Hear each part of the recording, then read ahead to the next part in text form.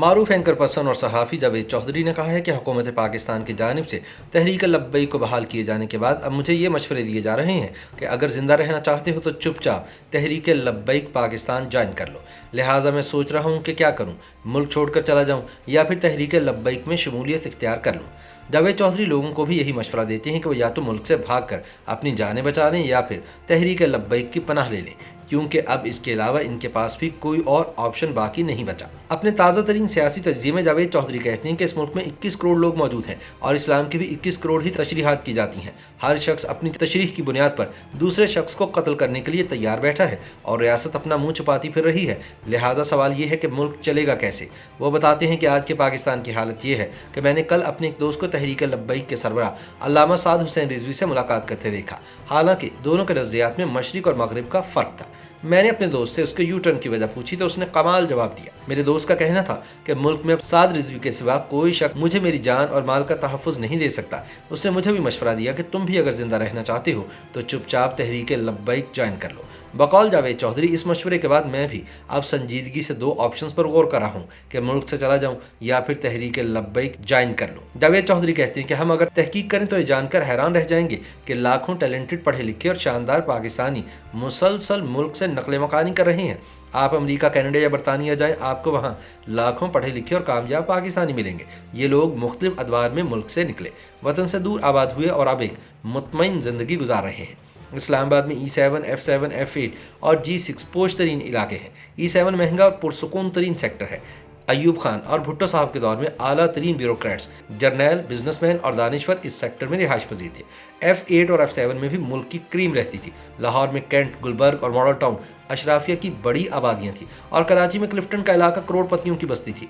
لیکن آج وہ تمام خاندان کہاں ہیں؟ اسلام آباد کے چاروں مہنگے سیکٹرز کے گھر 40 برس میں تین بار بک چکے ہیں اور وہ عظیم لوگ اور خاندان جنہیں ملنے کے لیے لوگ دوسرے ملکوں سے آتے تھے وہ مدتوں پہلے نقل مکانی کر چکے ہیں۔ دوسرا، اسلام آباد کی مختلف سڑکیں مختلف مشاہیر سے منسوب ہیں، لیکن آپ کو یہ جان کر حیرت ہوگی کہ یہ سڑکیں جن لوگوں سے منسوب ہیں ان میں سے کسی سڑک پر اس عظیم شخص کا گھر یا خاندان موجود نہیں، حتیٰ کہ شاہراہ دستور سے ملک کا دستور بھی نقل مکانی کر چکا ہے۔ تیسرا، ہم نے ملک کی تمام چھاؤنیوں کی مختلف سڑکیں بھی مختلف بہادر اور نامور افسروں سے منسوب کر رکھی ہیں، لیکن ان میں سے بھی 98% فوجی افسروں کی اولادیں برسوں پہلے ملک چھوڑ گئی تھیں۔ چوتھا، آپ تحقیق کر لیں کہ ایوب خان کے دور کے 22 امیر ترین خاندان کہاں ہیں، بھٹو کے سٹار جیالوں کے خاندان کہاں ہیں، جنرل ضیاء الحق کے عظیم رفقا کی اولادیں کہاں ہیں، جنرل مشرف کے ساتھیوں کے خاندان کہاں چلے گئے اور بڑے بڑے سیاستدان اور ان کی اولادیں، اثاثے اور گھر کہاں ہیں۔ جاوید چودھری کہتے ہیں کہ آپ کسی دن ٹھنڈے دل اور دماغ سے تحقیق کیجئے، آپ آج سویلینز میں سے 19ویں گریڈ اور آرمڈ فورسز میں کمانڈنگ افسروں سے دیکھنا شروع کیجئے اور پھر آرٹ، کلچر، ادب، تعلیم، سائنس، بزنس، میڈیکل، انجینئرنگ اور سیاست، ملک کے تمام اداروں کو کھنگال کر دیکھ لیجئے۔ آپ کو ہر شعبے کے کامیاب لوگ اور ان کے خاندان ملک سے باہر جاتے نظر آئیں گے۔ آپ جس دن دوہری شہریت، ریزیڈنسز اور تعلیم کے نام پر نقل مکانی کا ڈیٹا جمع کریں گے تو یہ جان کر حیران رہ جائیں گے کہ تمام اچھے اور سمجھدار نوجوان بیوروکریٹس تک نوکری چھوڑ کر ملک سے باہر چلے جاتے ہیں۔ سوال یہ ہے کہ ایسا کیوں ہو رہا ہے؟ ملک تو آپ کی ماں کی طرح ہوتے ہیں، کیا ماؤں کو چھوڑنا اتنا آسان ہوتا ہے؟ دوسرے، والدین بھی اپنی اولاد سے اس قدر محبت کرتے ہیں کہ اللہ تعالیٰ نے اولاد کو فتنہ اور آزمائش قرار دیا، لہٰذا پھر ہمارے والدین اپنے بچوں کو خود سے الگ کر کے دوسرے ملک کیوں بھجواتے ہیں؟ پاکستانی والدین اپنی اولاد کے بغیر کیسے سروائیو کرتے ہوں گے؟ صفدر محمود ہمارے بزرگ تھے، وفاقی سیکرٹری کی حیثیت سے ریٹائر ہوئے، دانشور بھی تھے، کالم نگار بھی، محقق بھی اور مصنف بھی۔ وہ پوری زندگی پاکستان اور پاکستانیت پر لکھتے رہے، لیکن ان کا صاحبزادہ بھی امریکہ میں رہتا تھا۔ ڈاکٹر صاحب اس سے ملنے گئے، بیمار ہوئے اور صرف دفن ہونے کے لیے پاکستان واپس آئے۔ جنرل پرویز مشرف کی بیٹی اور بیٹا بھی مدت سے باہر ہے۔ شوکت عزیز لندن سے آئے، وزیر اعظم بنے اور فارغ ہونے کے بعد لندن واپس چلے گئے۔ بقول جاوید چودھری یہ صرف چند مثالیں نہیں ہیں، ایسے لاکھوں لوگ ہیں، لیکن سوال پھر وہی ہے کہ یہ لوگ اپنا ملک، اپنی زمین جائیداد، گھر، فیکٹریاں، والدین اور عزیز رشتہ دار چھوڑ کر ان ملکوں میں کیوں چلے جاتے ہیں جہاں نہ ان کی زبان بولی جاتی ہے، نہ کلچر ان کا ہوتا ہے اور نہ ہی رہن سہن۔ یہ لوگ اذان کی آواز تک نہیں سن سکتے اور پوری زندگی اوئے ابے او تیری سننے کے لیے ترس کر مر جاتے ہیں۔ ہمیں ماننا ہوگا کہ اس ملک میں کوئی نہ کوئی آسیب، کوئی نہ کوئی سایہ اور کوئی نہ کوئی ایسی وبا ضرور موجود ہے جس کی وجہ سے راجہ صاحب محمود آباد سے لے کر سبیہ خانم تک کوئی اہم شخص اس ملک میں نہیں ٹکتا، اور اگر وہ کسی مجبوری سے یہاں رہ بھی جائے تو وہ اپنے خاندان اور اپنے بچوں کو باہر منتقل کر دیتا ہے۔ آخر ایسا کیوں ہے؟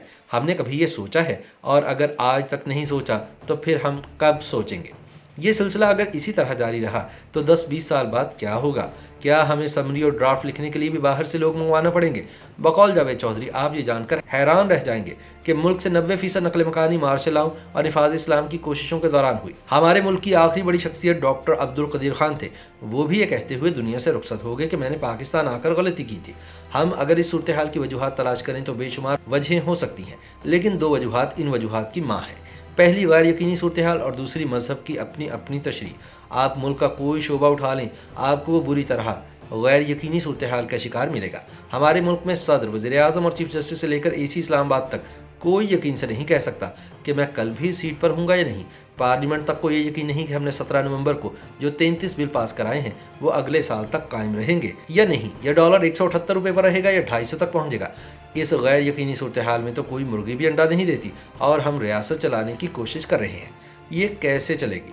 جاوید چودھری کہتے ہیں کہ اس سے بھی بڑا مسئلہ یہ ہے کہ ملک میں 21 کروڑ لوگ ہیں اور 21 کروڑ ہی اسلام کی تشریحات بھی ہیں، اور ہر شخص اپنی تشریح کی بنیاد پر دوسرے شخص کو قتل کرنے کے لیے تیار بیٹھا ہے، لیکن ریاست اپنا منہ چھپاتی پھر رہی ہے۔ لہٰذا ملک کیسے چلے گا؟ لہٰذا بہتر یہی ہے کہ آپ یا تو تحریک لبیک میں شمولیت اختیار کر لیں یا پھر ملک چھوڑ کر نکل جائیں اور اپنی جان بچا لیں۔ میں بھی انہی 2 آپشنز پر غور کر رہا ہوں۔ YouTube پر گوگلی نیوز دیکھنے کے لیے youtube.com کی سرچ بار میں گوگلی نیوز TV ٹائپ کریں۔ گوگلی نیوز کے پیج پر سرخ رنگ کے سبسکرپشن والے بٹن پر کلک کرنا نہ بھولیے۔ YouTube پیج پر اپلوڈ ہونے والی ویڈیوز سے باخبر رہنے کے لیے بیل آئیکن پر کلک کیجیے۔ آپ کو ہر نئی ویڈیو کے بارے میں نوٹیفیکیشن موصول ہو جائے گا۔